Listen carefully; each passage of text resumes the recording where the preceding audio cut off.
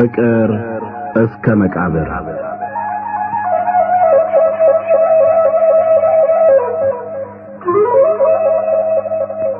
ደራሲ ሐዲስ ዓለማየሁ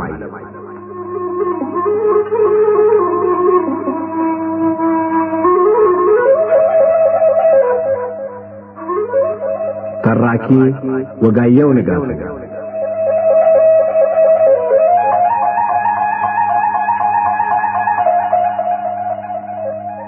ፍቅር እስከ መቃብር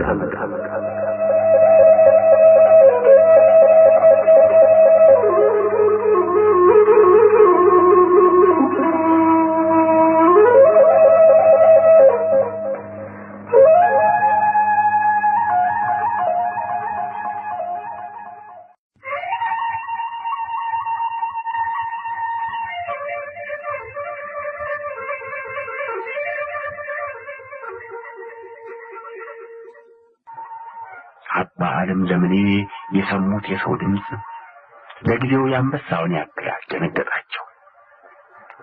በኋላ ትንሽ ቆይተው ሰውነታቸው ጸጥ ሲል ቀስ ብለው የጋረዳቸውን የወርቅ ቅጠል ገለጥ አድርገው ወደ ወርቃው ስር ሲመለከቱ ከመሬቱ ርቀት የተነሳ የተቀመጡ የሚመስሉ ሁለት ባላገሮች ኮፋዳቸውንና ሽመላቸውን ከወደቁበት አንስተው ይዘው እያዘኑ ሲነጋገሩ አዩና እየፈሩ በደከመ ቃል ወንድሞቼ እግዚአብሔር በታምራቱ አድኖኛል።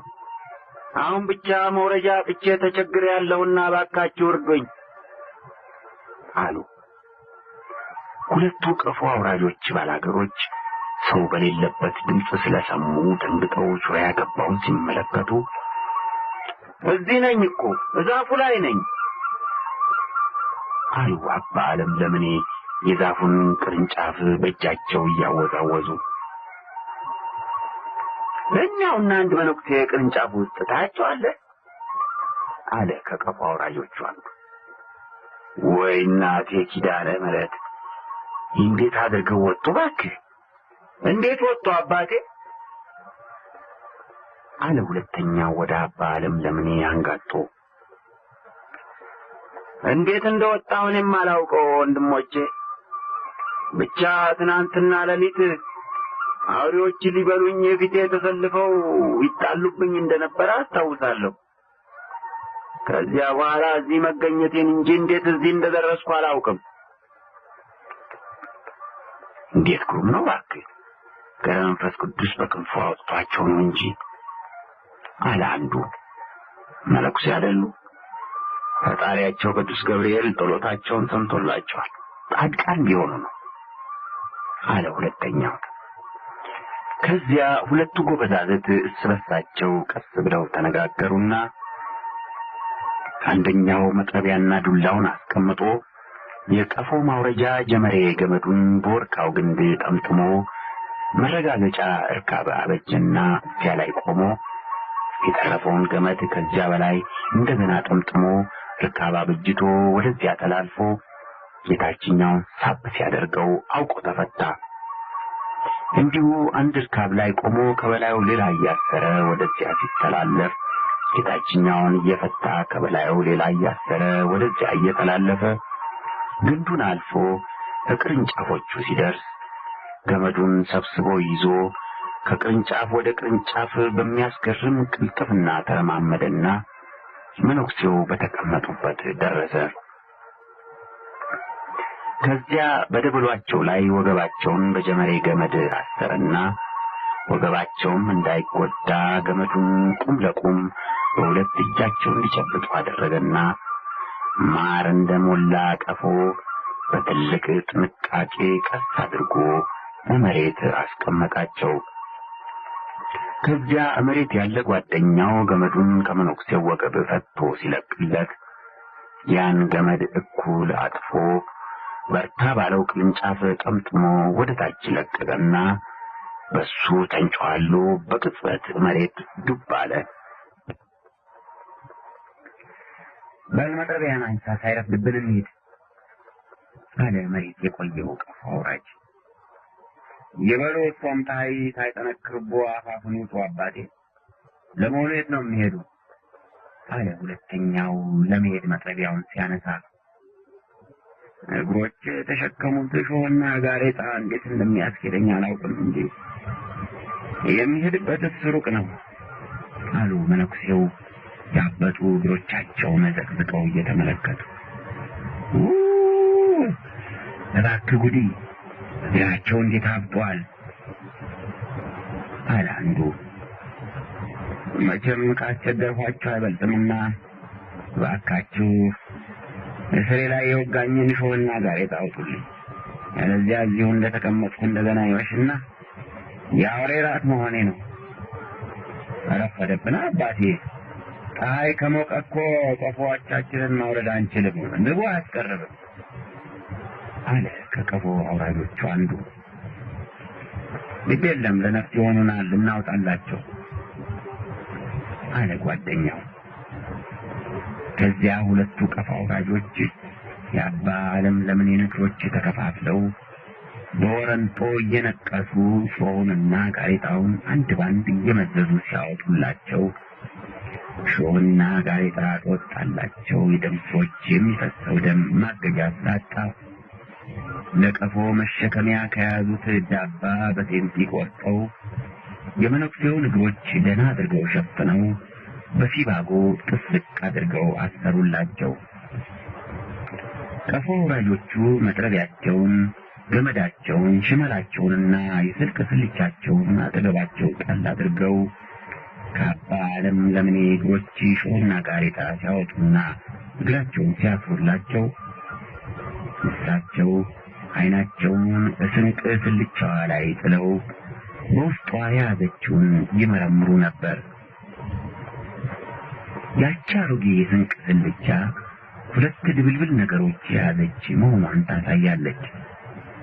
አንዱን ድብልብል ነገር ወደፊት አንዱን ወደ ኋላ አድርጎ ለትከሻ ጣል ለማድረግ እንዲመች በታሰሩበት ላይ ብቻ ስልቻዋ ወስታ ትታያለች። በቅቤና በድቁስ የተጨበጡ ጭብጦች ሳይሆኑ አይቀሩም አሉ አባ ዓለም ለምኔ በሀሳባቸው። አዎ እንጎቻዎች ቢሆኑ ስልቻዋ እንዲህ አትወዛም ነበር። እንዲያውም እንጎቻ እንዲህ ድብልብል ሆኖ አይታይም። በቅቤና በተቀመመ ድቁስ የተጨበጡ ጭብጦች ናቸው። በቅቤና በተቀመመ ድቁስ የተጨበጠ ጭብጦ ሲያስቡ ሰውነታቸው በሙሉ ከአፍንጫ ብቻ እንደተሰራ ሁሉ በቅቤና በተቀመመ ድቁስ የተጨበጠ ጭብጦ ሸተተው።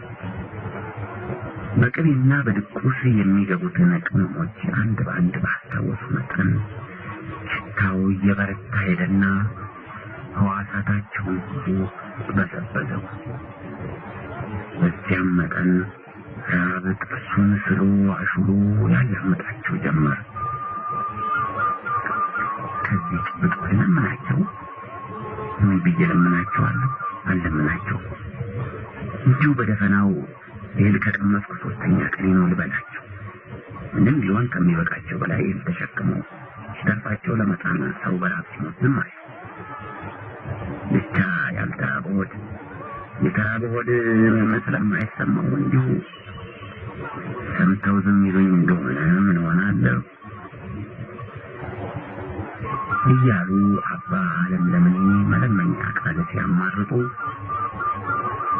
ያው እንግዲህ ቀስ ብለው እያነከሱ መንደር ይድረሱ አባት። መቼም እግሮ የተሸከመውን እሾህና ጋሬጣ ሁሉ ለማውጣት ሙሉ ቀን ያስፈልጋል። እሽሮ ላይ የተገኘውን ግን አወጣንልዎ አለ ከቀፎ አውራጆቹ አንዱ። የተሰፋሉ ጫማም እሱን ካልደከመው እስከ ዓለም ዳርቻ ያደርሶታል። እንዲህ ያለ ጫማ አንጉሱም የላቸው አለ ጓደኛው እንደመሳቀ ብሎ። እግዚአብሔር ይስጣቸው አስተነፈሳቸው።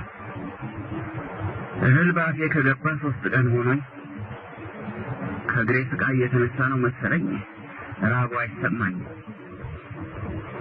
አሉ መነኩሴው ስልቻዋን እያዩ። እውነታቸው እኮ ነው ሰው ትንሽ እንኳን ከታመመ ራብ አይሰማውም ለምን ይሆን አላሉ። ኧረ ምን አውቄው ወንድሜ ተነስተህ ፈደፈን አለ ሁለተኛው ቀፎ አውራጅ። ከዚያ አንዱ ገመድና መጥረቢያውን ሁለተኛው የስንቅ ስልቻውን አንግተው መነኩሴውን አይናቸው ሲቅበዘበዝ ደህና ይሁኑ ብለዋቸው እየሮጡ ወደ አባይ ቆላ ሲወርዱ አባ ዓለም ለምኔ ወገባቸው በሰይፍ እንደተመታ ለሁለት የተከፈለ መስሎ ተሰማቸው። ልባቸው በደም ፈንታ ሞት እንደሚነዛ ሰውነታቸውን ሁሉ ምሬት ተሰማው። የሰውን ዘር በሙሉ ራሳቸውን ሳይቀር ነፍሳቸው እንደ ጥንብ ተጠየፈችው። ያቺ ጊዜ የሕይወታቸው መጨረሻ የዓለሙ መደምሰሻ መስላ ታየቻቸው። የኑሮ ተስፋቸውን፣ አለኝታቸውን፣ ሕይወታቸውን እነዚያ ሁለት ቀፎ አውራጆች ከጭብጧቸው ጋር በስልቾቻቸው ይዘዋቸው እንደሮጡ ሁሉ በውስጣቸው ፍጹም ባዶነት ተሰማቸው። እነዚያ ሁለት ሰዎች ከዓይናቸው እስኪጠፉ ድረስ ዓይኖቻቸው ሳይረግቡ ድንዝዝ ብለው ሲያዩ ቆዩ። ሰዎቹ አፋፉን ወርደው ከጠፉ በኋላ ብቻ ትንሽ ቆይተው ዓይኖቻቸውን መላልሰው አርገብግበው እንደተቀመጡ ዙሪያ ገባውን ቢመለከቱ ሰማዩ፣ ምድሩ፣ ዛፉ፣ ድንጋዩ፣ ተራራው፣ ወንዙ፣ እሳቸው፣ ኮፋዳቸው፣ ሽመላቸው ሁሉም በየቦታው እንደነበረ አሁንም ያለ መሆኑን ተመለከቱ። ዓለም አለመደምሰሱን እሳቸውም ከነተሰቅልዩ እግሮቻቸው ከነደከመ ሰውነታቸው ከነኑሮ ተስፋቸው ከነአለኝታቸው መኖራቸውን ተመለከቱ። ትንሽ በትንሽ ምራቃቸው ባፋቸው ውስጥ በመምረር ፈንታ መጣፈጥ፣ ስሜታቸው መለወጥ ጀመረ። ዓለምና በዓለም ውስጥ መኖር የሚያስጠይፍ መጥፎ መልኩን አዙሮ ውበቱን አሳያቸው። የጉዞአቸው የስቃያቸው የመጨረሻ ዓላማ ትዝ አላቸውና ወዲያው የሰውነታቸውን ክፍሎች ሁሉ የሚያዘና ሙቀት በውስጣቸው ሲሰራጭ ተሰማቸው። ወይ ጉድ! እነዚያን ደግ ሰዎች በከንቱ ጠላኋቸው አሉ አባ ዓለም ለምኔ ትንሽ ዝም ብለው ሲያስቡ ከቆዩ በኋላ። ሰው በራሱ ጥፋት ሌሎችን መጥላት ጉድ አይደለም። ርቦኛል እባካችሁ አብሉኝ በማለት ፈንታ ራብ አይሰማኝም ብዬ ተናገርኩ። እኔ ታዲያ ጆሮአቸው የተናገርኩትን ቃል ትቶ ያልተናገርኩትን ሐሳብ ካልሰማ ብዬ በእነሱ ማዘንና እነሱን ማጥላት ይገባኛል? የለም፣ እንዲህ ያለው ነገር ከከንቱነት በቀር ሌላ ስም የለውም። ከንቱነት ነው። ይቅር በለኝ ጌታዬ። ወዲያው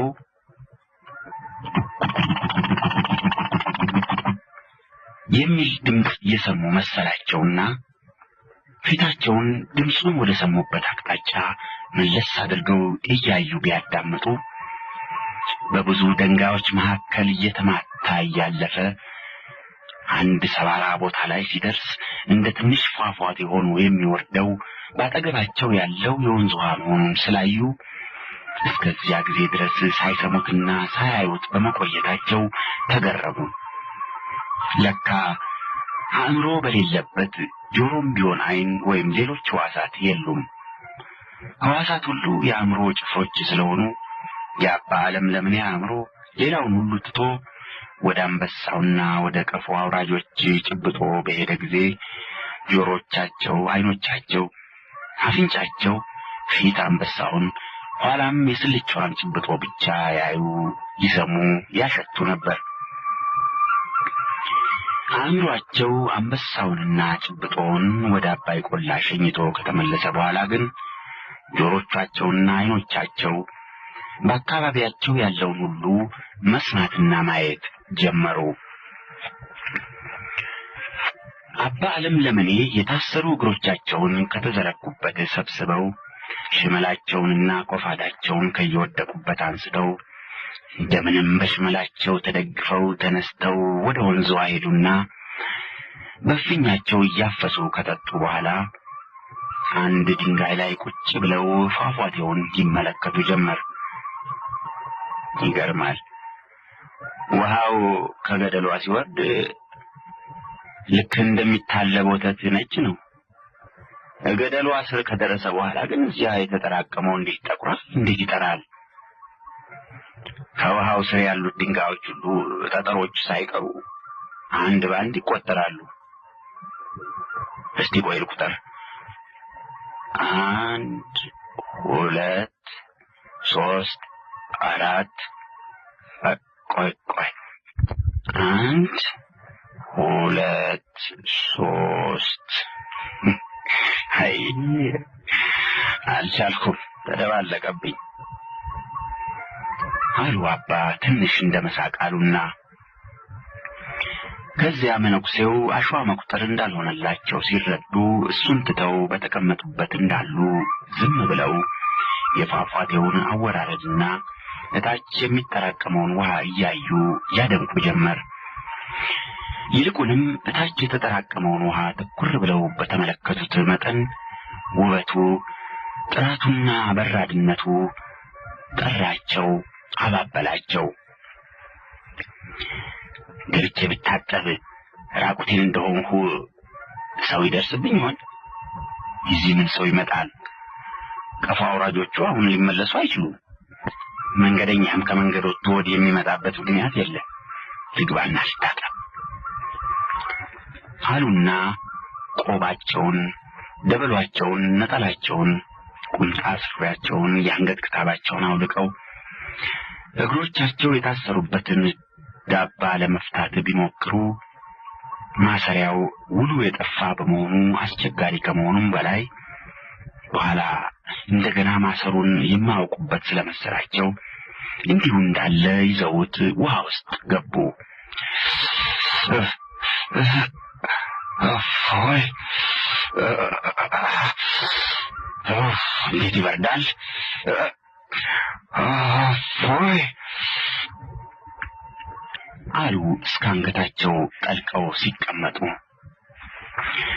እዚያ እየተገላበጡ ገላቸውን ሲያጥቡ አንዳንድ ጊዜም እንደተቀመጡ ጉንጫቸውን ነፍተው እንደ ዋናተኞች እጆቻቸውን እያፈራረቁ ውሃውን ሲጠፉ ቆይተው ሲበቃቸው ተለቃልቀው ወጡና ሰው ሳይደርስባቸው ለመልበስ ሰውነታቸውን በሱሪያቸውም በነጠላቸውም ያደራርቁ ጀመር።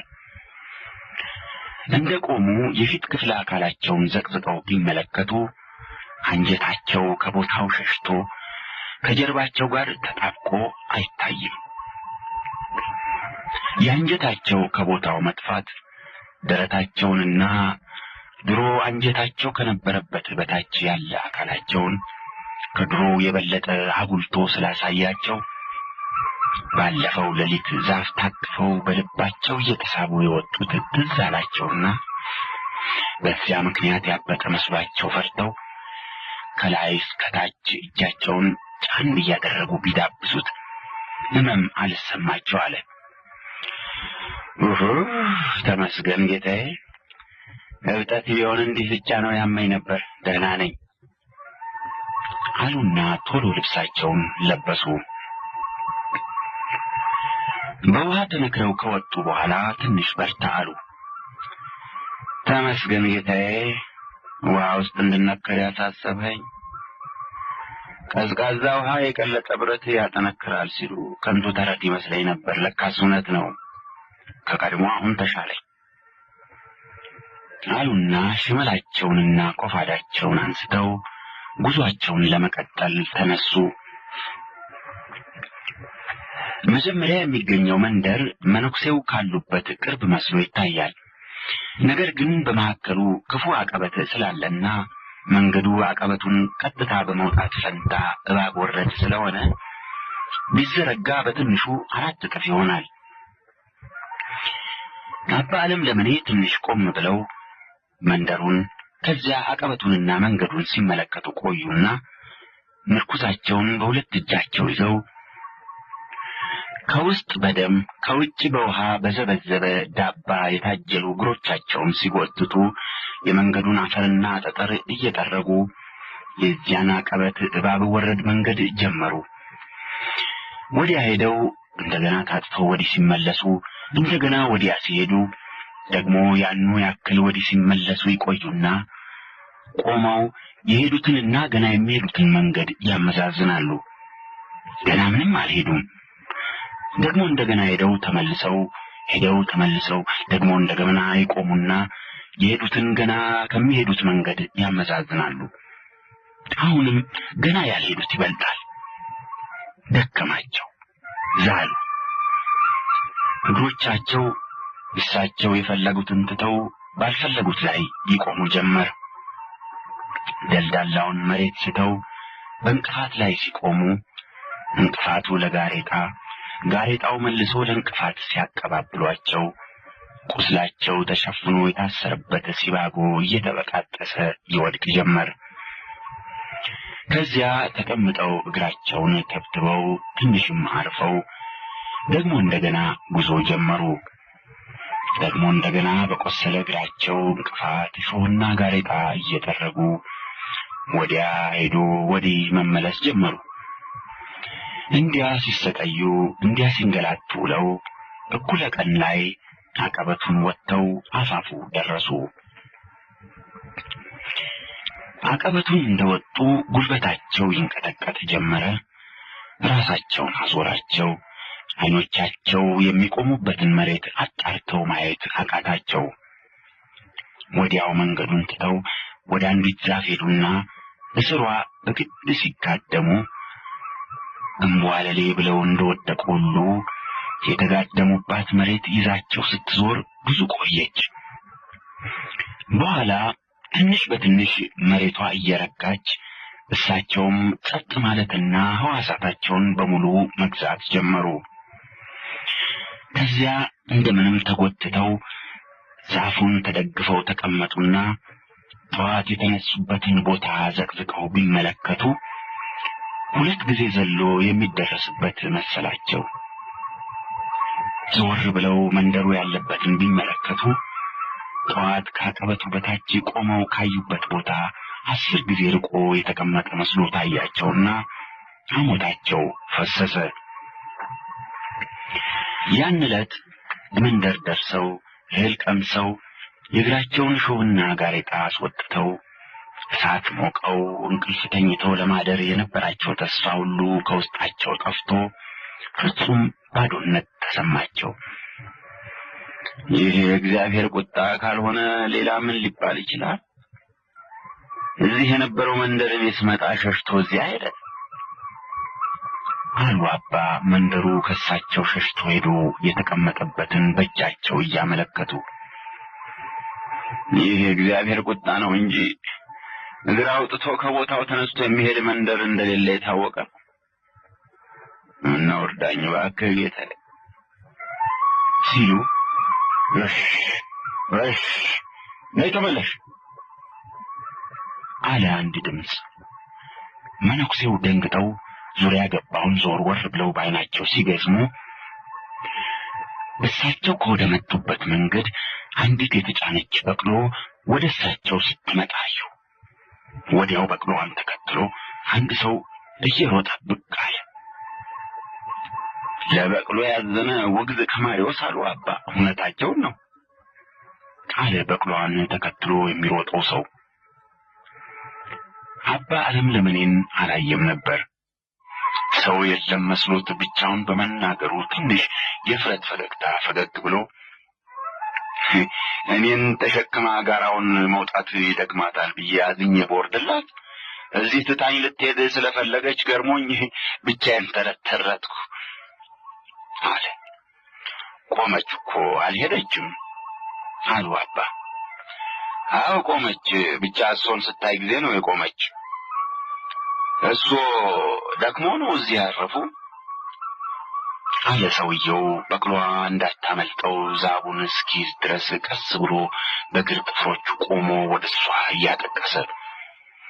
በቅሎዋ እንኳንስ ልትሮጥ ከቆመችበት አልተንቀሳቀሰችም።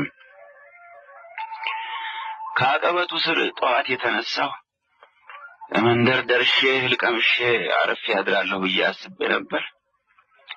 የእግሬ ቁስል አላስሄደኝ ብሎ ዛሬም ውጭ ላድር ነው አሉ አባ የሰውየውን ዓይን ወደ እግራቸው ለመሳብ አንድ ጊዜ ቀኝ አንድ ጊዜ ግራ እግራቸውን እያዩና እየዳበሱ። አይ መንደር ድረስስ እኔ በበቅሎ በወሰድሁ እዚያ የሚያውቁት ሰው አለ አለ ሰውየው ፊታቸውን ብቻ አተኩሮ እያየ። የእግዚአብሔር እንግዳ ነኝ ስል ቤት አይነፍጉኝም ብዬ ነው እንጂ የማውቀው ሰውስ የለኝም። የሚያውቁት ሰው ከሌለውማ እኔ ቤት ያድራሉ። ቤት ለእግዚአብሔር ነው። እግዚአብሔር ይስጦ አሉና አባ ለምለምን ከተቀመጡበት ለመነሳት ቢሞክሩ አቃታቸው። እግሩ ምን ሆኖ ነው እንዲህ ደም የሚተፋ አባቴ? አለ ሰውየው ደግፎ አስነስቶ በቅሎ ላይ ሲያስቀምጣቸው እግሮቻቸው የታሰሩበትን ዳባ የዘለቀውን ደም ማየቱ ብቻ ከሳቸው የበለጠ አሳምሞት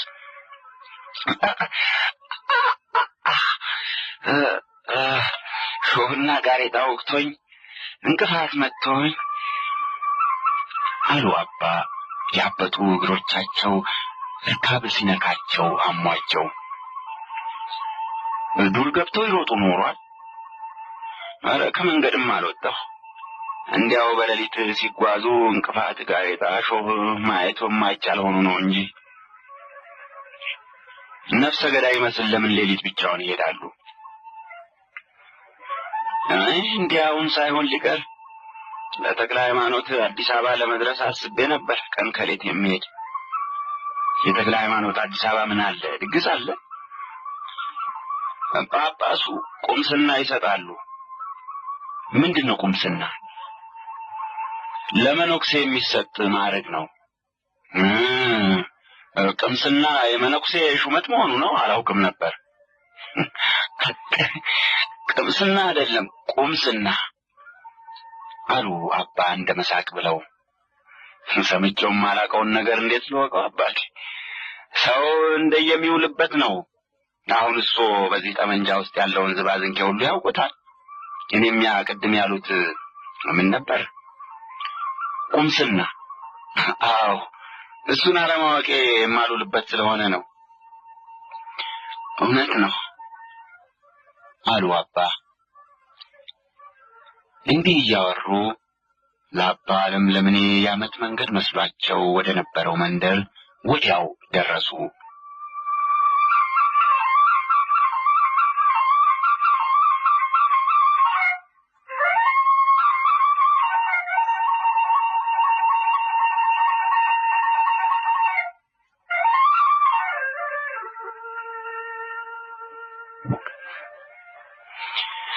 ይሁን በፍቃዱ አባ ለምለምኔን እያጫወተ ቤቱ እንደደረሱ ከበቅሎ ሲያወርዳቸው እባክዎ ቶሎ ትንሽ እህል እንድቀምስ ያድርጉኝ፣ በጣም ርቦኛል አሉ መነኩሴው የእውነተኛ ስሜታቸውን ለቀፉ አውራጆች ባለመንገራቸው የተቀጡት ብርቱ ቅጣት ይሉኝታ የሚባለውን ጥፋት እንዳይደግሙ አስተምሯቸው።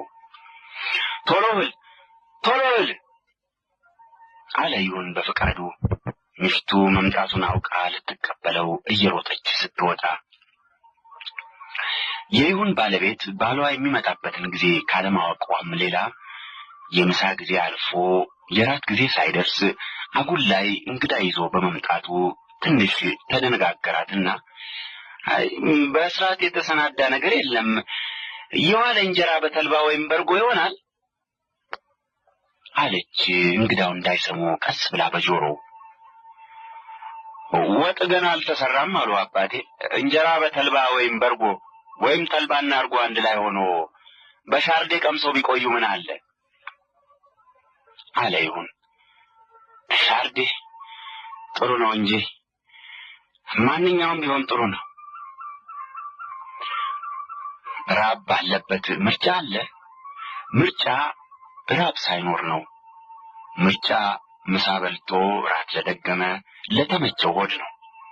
ራብ በስለት ለሚዘለዝለው ለሚያባጥለው ሆድ አይደለም። ራብ ሁሉ ተሰብስቦ የሚቀራመተው ሆድ ዋና ምርጫው ቶሎ ተገኝቶ ራብን የሚያስታግስ ትንሽ የሚያስተነፍስ ነገር ነው። ከራብ ስቃይ የሚያሳርፍ የራብን ስለት ጥርስ የሚያጎለድፍ ከሆነ ማናቸውም ቢሆን ጥሩ ነው።